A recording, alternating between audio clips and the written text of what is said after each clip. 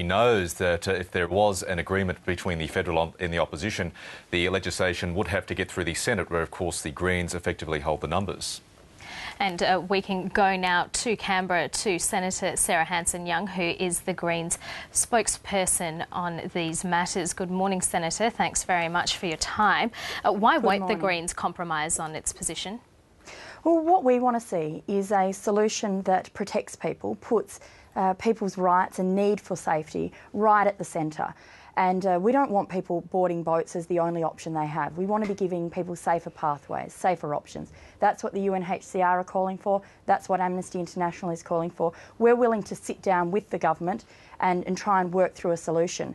But it has to be in line with international law and the Refugee Convention. If we start taking those things away and taking away the benchmarks by how we protect people, then where does that leave us? It leaves us in a position where we were 10 years ago, locking people up in a remote island and forgetting they were human beings. But the Greens are against offshore processing, and that's the policy that's on the table from the government in order for negotiation and discussion.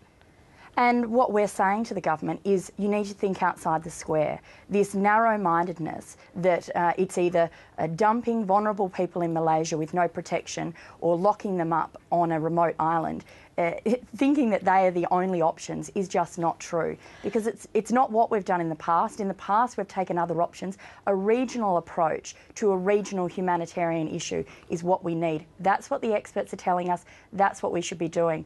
And there's been some talk, obviously, the last few days about kind of cross-party discussions about these things, and I think that would be worth it. But it's got to be based on the understanding that there are international laws that govern how we treat the world's most vulnerable people. And whatever solution we come up with, we have to be working with our regional neighbours and ensuring that we uphold those basic protections in law, because if we take them away, then the world's most vulnerable people become even more at risk of being violated. You would have heard the Immigration Minister Chris Bowen just then speaking to Fran Kelly. He says that the Greens, he fundamentally disagrees with the Greens' position and he calls it naive. So this really is about the government finding some kind of compromise with the opposition and the coalition. Do you think that the coalition will not compromise on its position for politics' sake?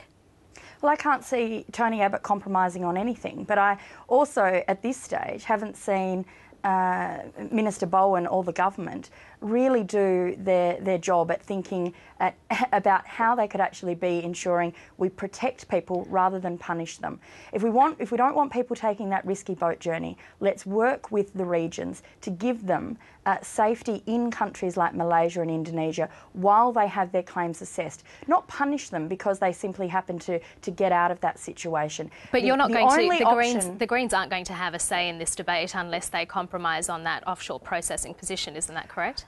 What we want to see is a regional response to a regional problem, and you don't do that by simply dumping people out of sight, out of mind. It's not one or the other. It's not onshore processing versus regional assessment. It's not onshore processing versus stopping people from coming at all. It's about saying wherever people are in the region, we have to make them feel safe, because if they're not safe, they will continue to run to Australia, because we are a country that has signed the Refugee Convention. Let's get Indonesia and Malaysia to lift their level of protection so that when people arrive there and they are being assessed by the UNHCR, they can do that safely. They don't have to keep running for fear that their family is going to continue being tortured, abused and persecuted. That's currently the situation. If we take away that fear, we lift those protections, and as an incentive, if we say Australia will take more people, we will resettle more people directly once they've been assessed by the UNHCR in these countries,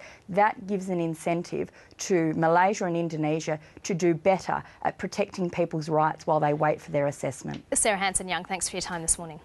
Thank you very much.